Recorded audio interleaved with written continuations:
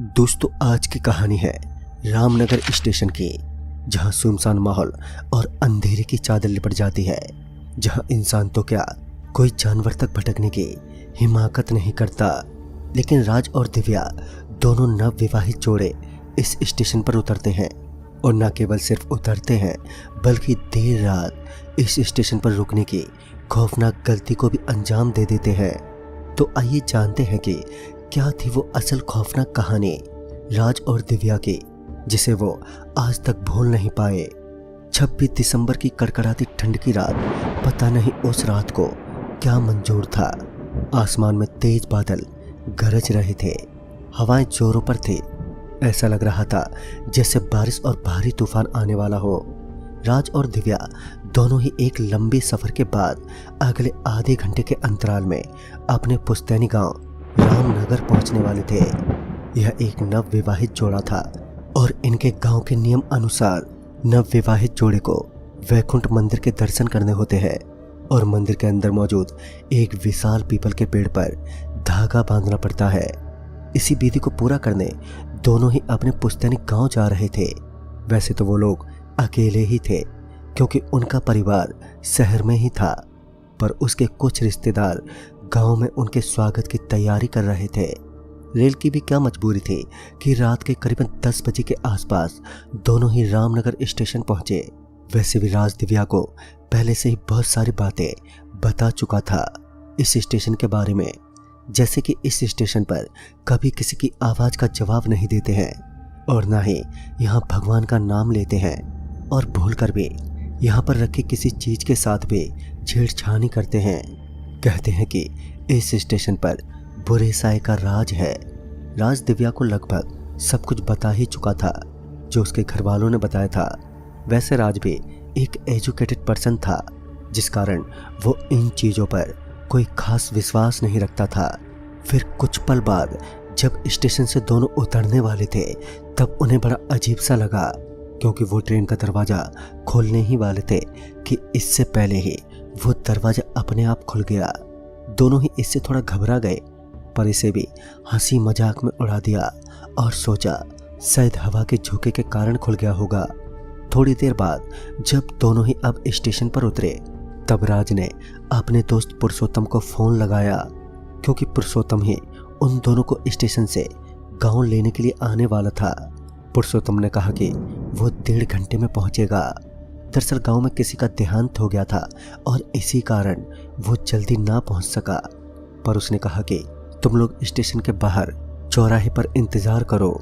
राज ने सोचा, भला आधी रात के वक्त हम चौराहे के पास जाकर क्या करेंगे, क्योंकि यहाँ तो कम से कम बैठने और घूमने की तो जगह है, वहां तो शायद वो भी ना मिले। राज ने ये बात पुरुषोत्तम को नहीं बोली, और दिव्या के साथ वहीं पर उसका इंतजार करने की सोची। रात काफी गहरी थी, और आज आसमान से चांद भी गायब था। स्टेशन बिल्कुल वीरान हो गया था। राज ने तभी दिव्या से कहा कि वो उसका इंतजार करे, और तब तक वो वॉशरूम से आता है। इसके बाद राज वॉशरूम की तरफ चला गया, और यहाँ दिव्या अब अकेली हो गई थी। फिर कुछ ही मिनटों बाद दिव्या को अब अनहोनी का संकेत मिलना शुरू हो गया था। उसे लगातार रेल की आवाजें सुनाई देने लगती, पर कोई भी रेल पटरियों से गुजरते हुए नहीं दिखते। इसी तरह कुछ और समय तक होता रहा, और अब दिव्या किसी के रोने की आवाज को भी साफ साफ सुन पा रही थी। ऐसा लग रहा था जैसे कोई पटरियों पर सिर रखकर रो रहा हो। ये आवाज काफी समय से आ रही थी, और अब यही आवाज दिव्या को परेशान भी करने लगी थी। एक बार अपना वहम मिटाने के लिए दिव्या ने पटरियों की तरफ देखने का सोचा, और इसके तुरंत बाद ही दिव्या बेंच से उठी और पटरियों की तरफ देखने गई। उसने जैसे ही पटरी की तरफ अपनी नजरें घुमाई कि उसका तो पूरा बदन बुरी तरह से कांप गया। उसने देखा कि एक कुबड़ी लड़की पटरी से बिल्कुल चिपके हुए रो रही है। लेकिन जब दिव्या ने उसे देखा, तो शायद वो कुबड़ी लड़की ने भी दिव्या को देख लिया था, इसलिए इसके बाद वो पटरी को छोड़कर अब प्लेटफार्म पर चढ़ने लगी। दिव्या उसे देखकर बहुत ही ज्यादा डर गई। वो कुबड़ी लड़की अब धीरे धीरे दिव्या के करीब आ रही थी, लेकिन डर के मारे उसी वक्त दिव्या की एक खौफनाक चीख निकल गई। उसकी चीख सुनकर राज दौड़ता हुआ बाहर आ गया और दिव्या के पास पहुंचकर उसे शांत करने लगा। राज ने पूछा कि क्या हुआ, तो इस पर उसने उस कुबड़ी लड़की के बारे में दिव्या ने राज को बताया। तभी राज ने कहा, क्या दिव्या तुम भी, मैंने सिर्फ टाइम पास में वो भूतिया बातें तुम्हें बताई थी, तुमने उसे सच मान लिया। असल में ये सब थोड़ी होते हैं, जो तुमने देखा वो सिर्फ और सिर्फ तुम्हारा वहम था। दिव्या बहुत ही ज्यादा डर गई थी और लगातार राज को यहाँ से चलने को कह रही थी, लेकिन राज भी भला क्या करता, क्योंकि बाहर वैसे भी बारिश और इतनी ठंड जो थी। उस वक्त एकमात्र वो स्टेशन ही सहारा था उन दोनों का। इसके बाद दिव्या किसी तरह सहम कर राज का कस के हाथ पकड़कर वहीं बेंच पर बैठ गई। इसके बाद दोनों ही उसी बेंच पर बैठे रहे। लेकिन अब थोड़ी देर पहले जिस चीज का सामना दिव्या ने किया था, अब उसी चीज का सामना राज भी करने वाला था। दोनों बेंच पर बैठे ही थे कि तभी स्मोकिंग की दुर्गंध आने लगी। राज को यह समझ नहीं आया कि भला इस वीरान से स्टेशन पर इतनी देर रात कौन सिगरेट पी सकता है, क्योंकि उन दोनों के अलावा वहां पर कोई मौजूद ही नहीं था। कुछ ही देर बाद राज को एक और झटका लगा जब उसकी नजर सामने वाले पिलर पर पड़ी। दरअसल उस पिलर से ठीक सट के किसी का पैर था। उन पैरों को देखकर तो यही लग रहा था जैसे वहां पर कोई खड़ा हो। राज समझ गया कि हो ना हो वो सिगरेट पीने वाला ही खड़ा है। वो भी दिव्या की तरह अपना वहम मिटाने के लिए उस पिलर के नजदीक गया। जब राज उसके नजदीक गया तो उसकी भी रूह कांप गई, यह देखकर कि वहां कोई शख्स तो मौजूद ही नहीं है, पर हाँ वो पांव मौजूद था। लेकिन ये कैसे हो सकता था? उसने ठीक से देखा तो पता चला कि वो किसी का कटा हुआ पांव था। उसने ये बात दिव्या को बताना ठीक नहीं समझा, वरना वो और भी डर जाती। वो भी चुपचाप बेंच पर आकर बैठ गया और पुरुषोत्तम का इंतजार करने लगा। फिर कुछ देर बाद दोनों को किसी के चलने की आवाजें सुनाई पड़ी। जब राज उठकर खड़ा हुआ और थोड़ा आगे आकर देखा तो पाया कि पुरुषोत्तम आ चुका है। वो सामने की तरफ खड़ा था और इसके बाद राज दौड़ता हुआ पुरुषोत्तम के पास गया और उससे गले लग गया। आखिर इतने सालों बाद जो वो दोनों मिले थे, पर पुरुषोत्तम चुपचाप खड़ा ही रहा। ना तो उसने राज से मिलने की खुशी व्यक्त की और ना ही कुछ और। वो बस एक टक से खड़ा हुआ था। इसके बाद राज ने उसे फौरन सामान लेकर आने को कहा और इसके बाद राज और दिव्या दोनों ही स्टेशन से बाहर निकलने लगे। अभी राज और दिव्या स्टेशन से बाहर निकलकर आ ही थे कि उन्होंने देखा कि सामने पुरुषोत्तम गाड़ी में बैठा उनका इंतजार कर रहा है। इसके बाद दोनों को ही झटका लगा। दोनों ये सोचने लगे कि इतने सामान को लेकर वो भी इतनी जल्दी वो कैसे गाड़ी में आ गया, और अगर आया तो उन्हें क्यों नहीं आता दिखा। ये वाकई में बेहद अजीब था। लेकिन इसके बाद दोनों ही गाड़ी में बैठ गए। पुरुषोत्तम ने ड्राइविंग शुरू की। फिर राज ने पुरुषोत्तम से ढेर सारी बातें भी की। राज ने पुरुषोत्तम को बोला, अच्छा और बता, अब गांव का माहौल कैसा है? क्या गांव में आज भी भूत प्रेत के किस्से सुनने को मिलते हैं? और ये बोलकर राज जोर जोर से हंसने लगा, पर पुरुषोत्तम की तरफ से कोई जवाब नहीं आया। राज ने और भी कई सारी चीजें पूछी, पर पुरुषोत्तम तो जैसे बात करने के मूड में ही नहीं था। बस एक ही रफ्तार में गाड़ी चलाई जा रहा था। फिर आगे बलंग घाट से पुरुषोत्तम ने सीधे गाड़ी टर्न ली और गाड़ी को एक सुनसान रास्ते पर ले जाने लगा। इस पर राज ने उससे पूछा, अरे पुरुषोत्तम, ये तुम किस रास्ते से निकल रहे हो? कोई शॉर्टकट है क्या? फिर पुरुषोत्तम ने मुंडी हिलाते हुए हाँ में जवाब दिया और इसके थोड़े ही देर बाद गाड़ी सीधे खंडर के पास आकर रुकी। पुरुषोत्तम ने गाड़ी से उतरने का इशारा किया। राज ने घबराते हुए पूछा, गाड़ी में कोई खराबी आ गई है क्या? तो पुरुषोत्तम ने कहा, आप लोग वहां इंतजार करिए, मैं थोड़ी देर में आता हूं। इतना कहकर पुरुषोत्तम वहां से निकलता हुआ चला गया। अब राज और दिव्या दोनों ही परेशान हो गए थे, क्योंकि दोनों अब एक ऐसी जगह इस अंधेरी रात में आ चुके थे जिनका उन्हें कोई अंदाजा भी नहीं था और ना ही उन्हें वो रास्ता मालूम था। इसके बाद दोनों ही चौराहे के पास बैठकर पुरुषोत्तम की राह देखने लगे।